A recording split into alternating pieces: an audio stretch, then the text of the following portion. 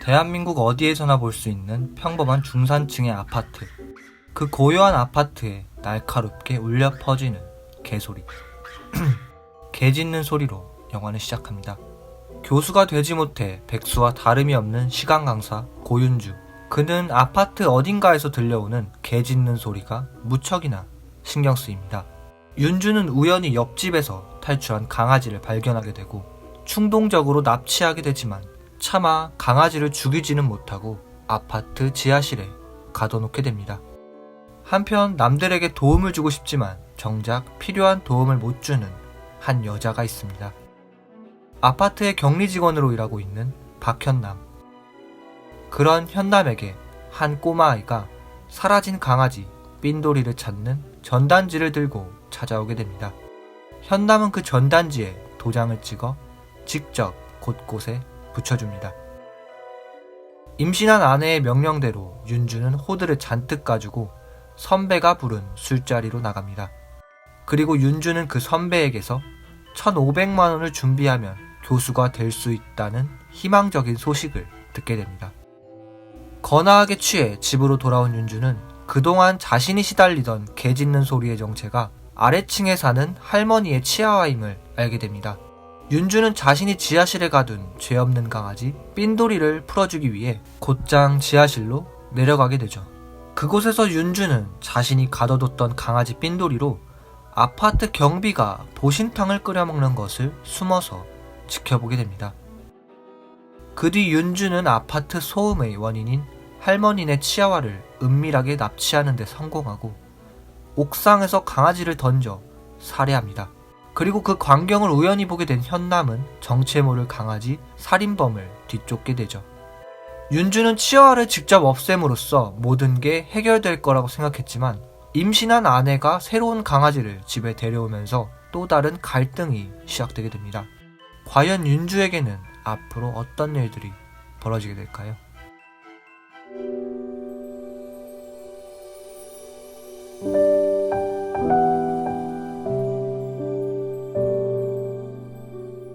(21세기) 한국 영화를 대표하는 감독 중 한 명인 봉준호 감독의 첫 장편 영화. 오늘의 영화 장르를 넘나드는 빛나는 데뷔작 플란다스의 개입니다. 플란다스의 개는 영국의 소설가 위다가 쓴 가난한 소년 네로와 파트라슈라는 개가 나오는 동화의 제목이기도 하죠. 동화에서 주인공 네로는 파트라슈가 주운 지갑을 주인에게 돌려주는 등 순수함과 정의를 실현하고 안타깝게 거리에서 죽게 됩니다.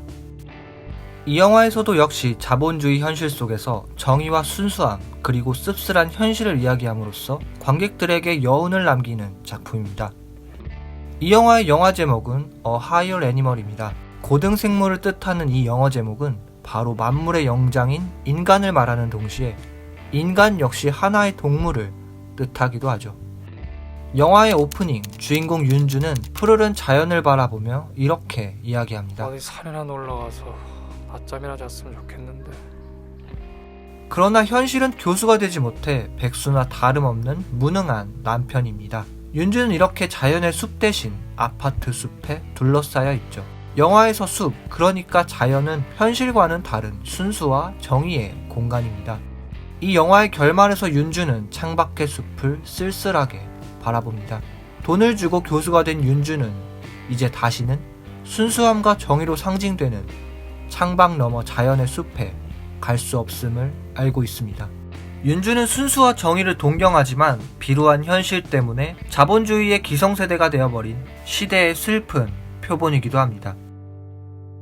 그리고 이어지는 장면은 현남과 뚱녀가 진짜 숲을 거닐고 있는 장면입니다. 그들은 아직 순수함과 정의감을 잃지 않은 시대의 청년들입니다. 때문에 윤주와는 달리 영화의 결말에서 자연 숲속을 걷고 있는 것이죠.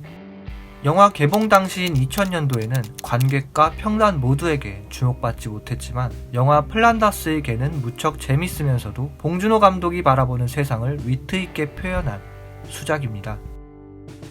봉준호 감독은 한 인터뷰에서 단편 영화를 찍던 시절에 인디펜던트한 마인드나 감수성과 같은 것들을 절대 잃어버려서는 안 되며 그 연장선상에 있어야 한다는 강박이 있었던 영화라고 직접 말하기도 하였죠. 감독의 말대로 플란다스의 개는 중산층 아파트라는 우리에게 아주 익숙한 풍경 속에서 벌어지는 블랙 코미디로 코미디와 호러, 드라마, 판타지를 넘나드는 영화이기도 합니다. 특히 봉준호 감독의 독특한 연출이 빛나는 작품으로 실험적이면서도 적절하게 어울리는 연출로 이루어진 장면들을 감상하실 수 있습니다. 이 영화는 앞서 언급한 순수와 정의로 해석 가능한 자연의 상징과 같이 다양한 상징과 대비를 보여주고 있습니다. 플란다스의 개라는 영화가 개봉한 2000년, 대한민국은 1997년 IMF 외환위기를 겪었고 2001년에 IMF에서 빌린 돈을 모두 갚기까지인 불안한 경제 상황의 기간 동안 만들어지게 되었죠. 영화 속 고윤주라는 캐릭터는 배운 것은 많지만 경제적으로 무능했던 그 시대의 자화상이기도 합니다. 영화 속 그런 윤주에게 교수가 되려면 학장에게 뇌물을 바치라고 한 선배가 권유하게 되죠. 그런 선배의 말대로 윤주는 돈으로 교수직을 얻게 됩니다. 그리고 신발을 잃어버리죠. 윤주가 신발을 잃어버리는 이 장면은 경찰에 잡혀간 불황자 최 씨의 모습과 대비됩니다. 신발을 떨어뜨린 최 씨. 최 씨는 자신의 생존을 위해 구치소에 가는 것이 좋다고 말합니다. 이게 뭐 점심에는 돼지고기. 윤주도 마찬가지로 자신의 생존을 위해 학장에게 돈을 바쳐 순수와 정의를 저버린 인물이죠. 그러나 그런 윤주에게 현남은 신발을 찾아줍니다. 영화 속에서 불황자 최 씨는 한 마리의 강아지도 죽이지 않은 불쌍한 희생자입니다. 윤주 역시 실력이 있음에도 불구하고 뇌물을 바치지 않으면 교수가 될 수 없었던 시대의 불쌍한 희생자이기도 하죠. 때문에 영화 플란다스의 개는 더욱 깊은 여운을 남기는 작품이기도 합니다. 영화 플란다스의 개에서 가장 인상적인 장면을 꼽는 이 영화의 인장. 제가 선택한 이 영화의 인장은 영화의 결말부입니다. 커튼으로 창밖의 숲이 가려지며 어둠 속으로 묻히는 윤주의 마지막 표정. 그리고 숲을 거닐던 현남과의 대비.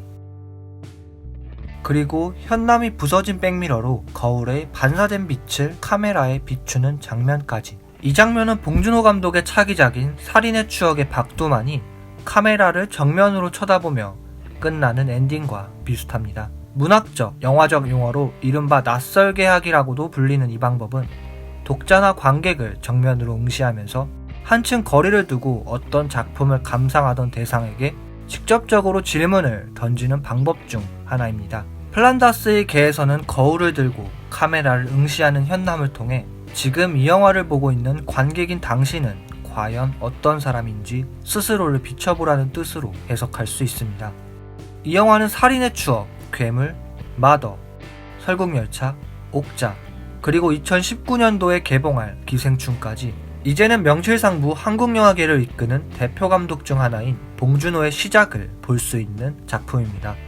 마더에서 보았던 원빈이 백미러를 깨부수는 장면의 원조가 바로 이 영화에서 먼저 선보였고, 살인의 추억의 명장면인 카메라를 쳐다보는 장면도 이 영화에서 먼저 선보였습니다. 봉준호 감독의 시작을 볼 수 있는 빛나는 데뷔작, 오늘의 영화 플란다스의 개였습니다. 그럼 구독과 좋아요 부탁드리며 다음엔 더 잘 만들겠습니다. 감사합니다.